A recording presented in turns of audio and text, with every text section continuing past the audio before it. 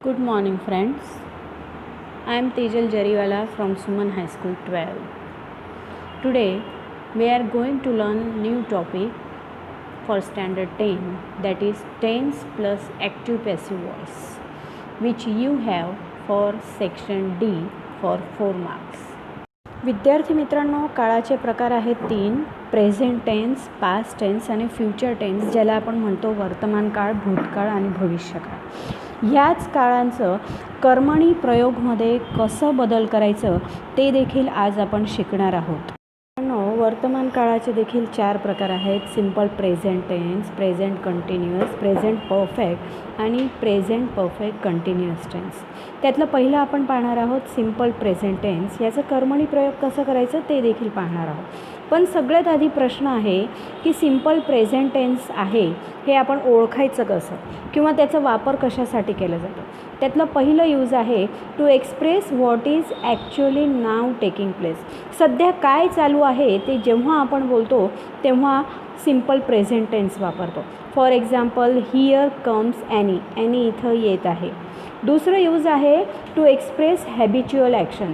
Habitual म्हणजे आपल्या रोजच्या ज्या सवयी आहेत त्या दाखवण्यासाठी देखील आपण सिम्पल प्रेझेंट टेन्सचा वापर करतो. For example, he gets up early in the morning.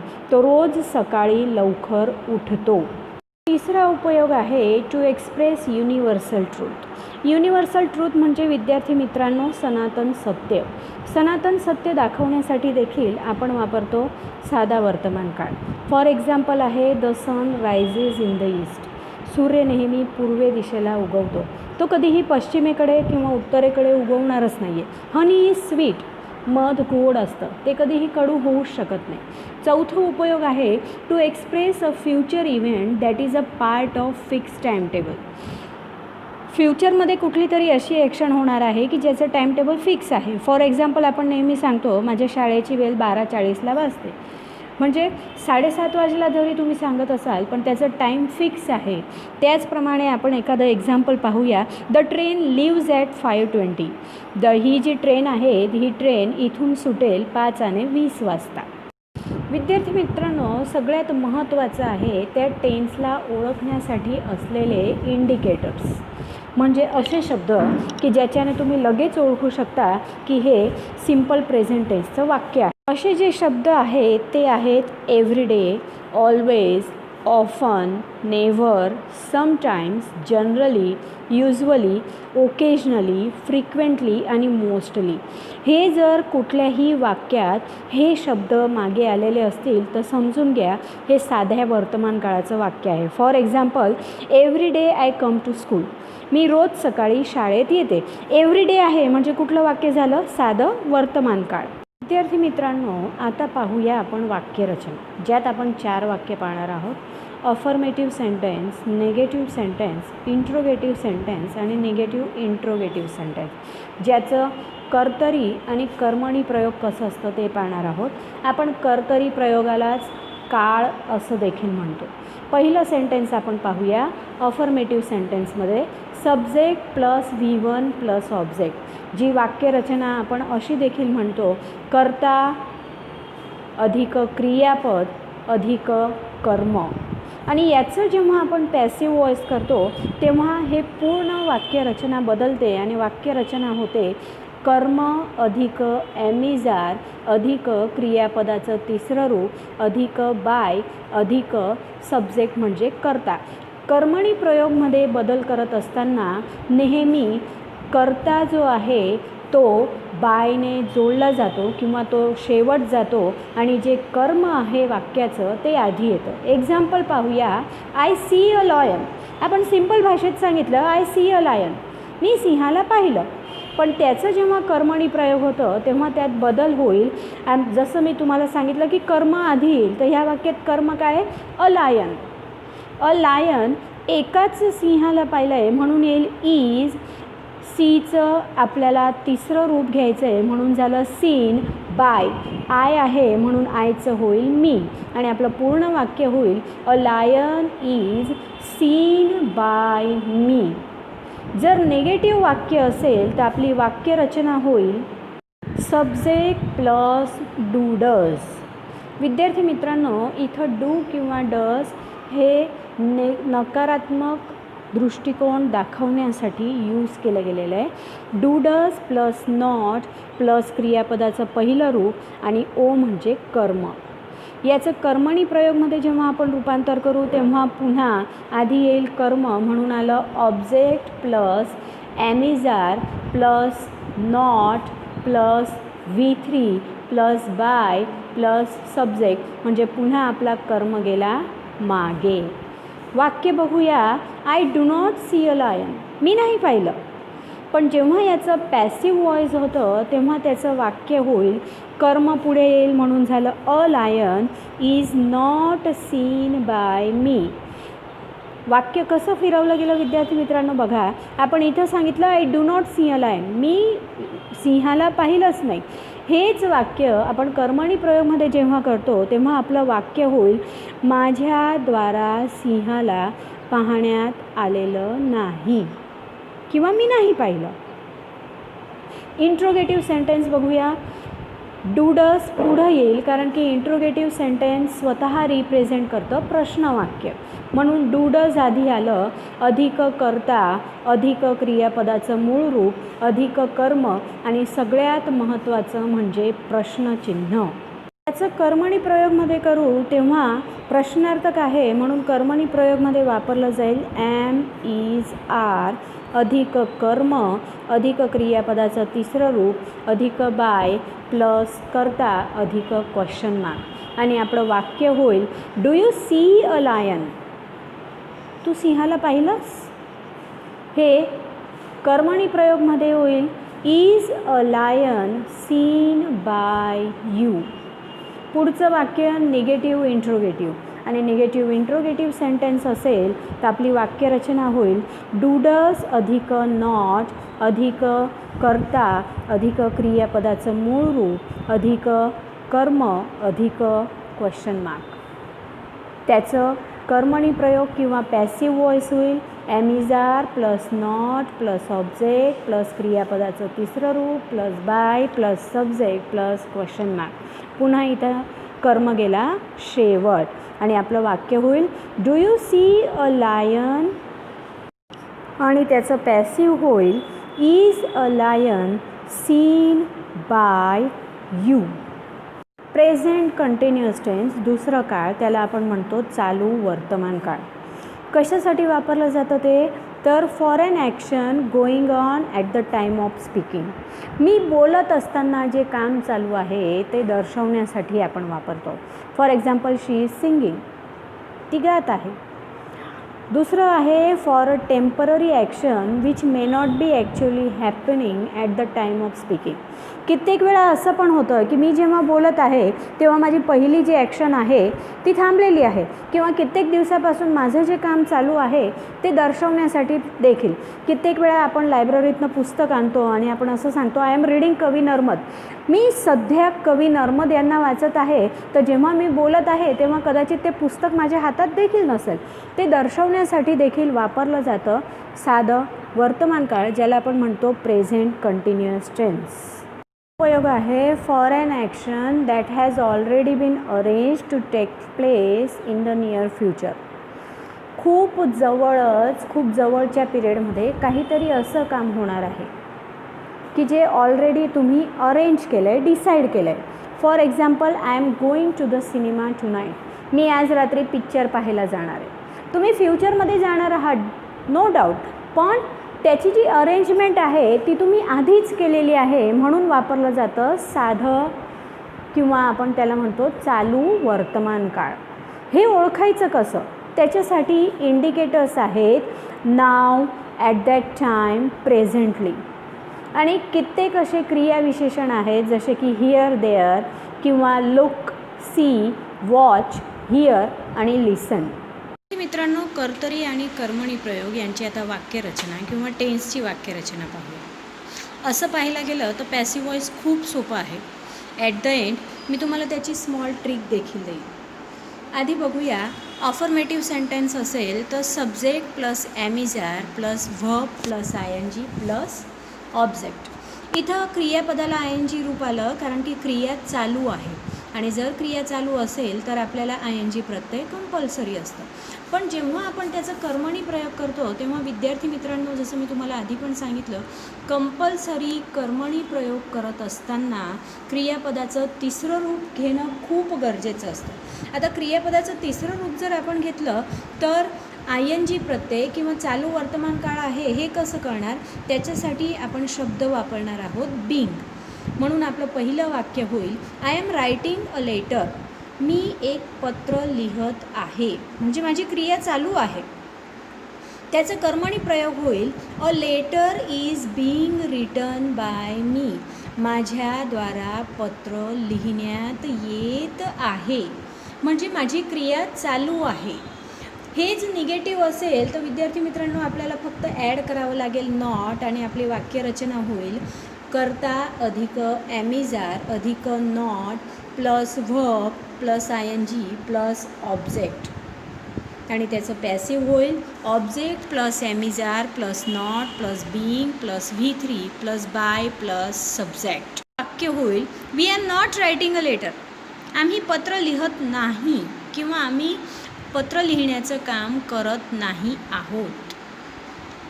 याचं कर्मणी होईल, a letter is not being written by us. आमच्याद्वारा पत्र लिहिण्यात येत नाही. इंट्रोगेटिव्ह असेल तर प्रश्न, म्हणून वाक्यरचना होईल, ॲमिजार अधिक कर्ता अधिक क्रियापद अधिक ING प्लस कर्म अधिक क्वेश्चन मार्क. क्वेश्चन मार्क हे खूप गरजेचं आहे. पॅसिव्हमध्ये होईल, am is are plus object plus being plus V3 plus by plus subject plus question mark. आणि आपलं वाक्य होईल, is he writing a letter. तो पत्र लिहत आहे का, त्याची क्रिया चालू आहे का. त्याचा पॅसिव्ह होईल, is a letter is being written by him. Negative interrogative असेल तर पुन्हा फक्त नॉट ॲड करावं लागेल, ॲमिजार प्लस नॉट प्लस कर्ता अधिक क्रियापदला ING प्रत्यय object plus question mark. Passive करताना ॲमिजार प्लस नॉट प्लस कर्म अधिक being plus V3 plus by plus subject. आणि आपलं वाक्य होईल, isn't she writing a letter. त्याचं पॅसिव्ह करताना आपण करणार आहोत, isn't a letter being written by her. Written हे क्रियापदाचं तिसरं रूप आहे, जे आहे राईटचं. पुढचं काळ आहे प्रेझेंट परफेक्ट टेन्स, म्हणजे पूर्ण वर्तमान काळ. आता ते कशासाठी वापरलं जातं. पहिलं आहे, to express an action that has just been completed. आत्ता आपण काहीतरी काम कंप्लीट केलं, पूर्ण झालं ते दाखवण्यासाठी. For example, the sun has set. सूर्यास्त झाला आहे. दुसरं आहे, to express a past action the result of which still continue. मागे कुठली तरी ॲक्शन चालू होती पण त्याचं रिझल्ट आजही चालू आहे. उदाहरण घ्यायचं झालं तर I have lived in Bombay 10 years. मी 10 वर्ष बॉम्बेत राहिलो. तर त्याचं मिनिंग असं झालं का की आता आम्ही बॉम्बे सोडलं नाही, मी आजही बॉम्बेत आहे. ॲक्शन पूर्ण झालेली आहे पण त्याची असर आजही आहे. फॉर एक्झाम्पल, मी माझ्याविषयी बोलायचं झालं तर मी सांगेल, I have taught in Suman high school for 3 years. तर काय मी सुमन हायस्कूल सोडली नाही, मी आजही तिथं काम करते आणि त्याची ॲक्शन आजही चालू आहे. म्हणून वापरलं जातं प्रेझेंट परफेक्ट टेन्स. तिसरं उपयोग आहे, to express a future when such words as when, before, as soon as, till, after are used before it. कुठली तरी फ्युचर ॲक्शन दाखवण्यासाठी पण त्याच्या आधी शब्द वापरले जातात when, before, as soon as, till आणि आफ्टर. म्हणजे मी कुठलं तरी काम करणार आहे पण केव्हा, जेव्हा माझं हे काम कंप्लीट होईल तेव्हा, हे दाखवण्यासाठी. एक्झाम्पल आहे, आय शॅल गो देअर. मी तिथं जाईल पण केव्हा, after I have done my lessons. जेव्हा माझं होमवर्क कंप्लीट होईल तेव्हा. इंडिकेटर्स विद्यार्थी मित्रांनो, ever, never, already, just, just now, since, for आणि एट हे सगळे ह्या काळाला ओळखण्यासाठीचे शब्द आहेत. मित्रांनो, वाक्यरचना पूर्ण काळ आहे म्हणून येईल हॅव आणि हॅज. आणि आपली वाक्यरचना होईल सब्जेक्ट म्हणजे कर्ता अधिक हॅव हॅज अधिक क्रियापदाचं तिसरं रूप अधिक कर्म. आता विद्यार्थी मित्रांनो, मी तुम्हाला सांगितलं होतं की कर्मणी प्रयोगमध्ये बदल करत असताना, पॅसिव्ह व्हॉईसमध्ये बदल करत असताना क्रियापदाचं तिसरं रूप घ्यावं लागतं. पण इथं जर ऑलरेडी कर्तरी प्रयोगात ॲक्टिव्ह व्हॉईसमध्ये जर क्रियापदाचं तिसरं रूप दिलं असेल तर पॅसिव्ह व्हॉईसमध्ये चेंज करत असताना तिसरं रूप तर येणारच आहे. म्हणून त्याच्यासाठी आपल्याला एक शब्द ॲड करावा लागेल जे आहे बीन. आणि आपलं वाक्य होईल I have driven a scooter. त्याचं पॅसिव्ह व्हॉईस होईल a scooter has been driven by me. Negative sentence असेल तर आपण ॲड करणार आहोत not, subject plus have has plus not plus V3 plus object. त्याचं पॅसिव्ह होईल object plus have has plus not plus been plus V3 plus by plus subject. आणि आपलं वाक्य होईल she has not drive a scooter. त्याचं passive होईल a scooter has not been driven by her. Interrogative sentence असेल, प्रश्नार्थक वाक्य असेल तर हॅव हॅज पुढं येईल. म्हणजे आपलं वाक्य होईल have has plus subject plus V3 plus object plus question mark. आणि पॅसिव्ह होईल have has plus object plus been plus V3 plus by plus subject. म्हणजे आपलं वाक्य होईल have we driven a scooter. आणि त्याचं पॅसिव्ह होईल हॅज अ स्कूटर. आता विद्यार्थी मित्रांनो, इथं हॅव आलं आहे कारण की त्याच्या मागे जे प्रोनाऊन आहे ते वी आहे, म्हणजे आम्ही. पण स्कूटर जे आहे ते स्कूटर आहे सिंग्युलर, म्हणून इथं येईल has a scooter been driven by us. Negative interrogative असेल तर have has plus not plus कर्ता अधिक क्रियापदाचं तिसरं रूप अधिक कर्म. त्याचं कर्मणी करायचं असेल तर आपलं होईल have has plus not plus object plus been plus V3 plus object plus by plus subject. विद्यार्थी मित्रांनो, वाक्य होईल हॅझंट ही ड्रायव्हन अ स्कूटर. आणि त्याचा जर कर्मणी प्रयोग करायचा असेल तर आपलं होईल hasn't a scooter been driven by him. मित्रांनो, पुढचं टेन्स आहे प्रेझेंट परफेक्ट कंटिन्युअस टेन्स, म्हणजे चालू पूर्ण वर्तमान काळ. हे कशासाठी वापरलं जातं तर याच्यासाठी असं सांगितलं जातं की this tense is used for an action which began at some time in the past and still continue. म्हणजे भूतकाळात किंवा थोड्या वेळाआधी तुम्ही ते चालू केलं होतं काम आणि ते अजूनही चालू आहे. फॉर एक्झाम्पल द्यायचं झालं तर they have been playing since 4 o'clock. म्हणजे विद्यार्थ्यांनी खेळायचं चालू केलं आहे पण आता ते खेळायचं बंद केलं आहे असं नाही आहे. म्हणून आपण उदाहरण घेतलं they have been playing since 4 o'clock. म्हणजे 4 वाजेपासून मुलं खेळत आहेत आणि अजूनही ते खेळतच आहेत, त्यांनी खेळायचं बंद केलेलं नाही. This tense is also sometimes used for an action already finished. कित्येक वेळा हे सांगण्यासाठी देखील वापरलं जातं की तुमचं काम पूर्ण झालेलं आहे. इन सच केसेस, पण अशा केसेसमध्ये the continuity of activity is emphasized on the explanation of something. पण तेव्हा तुमचं जे काम तुम्ही केलं आहे त्याच्या एक्सप्लेनेशनवर जास्त भार दिला जातो. For example, why are your clothes so wet? I have been watering the garden. मित्रांनो, इथं उदाहरणात सांगितलं गेलं आहे की तुझे कपडे ओले का आहेत? तर त्याचं जे उत्तर आहे त्याच्यावर सगळ्यात जास्त भार देऊन सांगण्यात आलं आहे कारण की मी गार्डनमध्ये झाडांना पाणी देत होतो म्हणून. आणि याचे इंडिकेटर्स आहेत फॉर आणि सिन्स.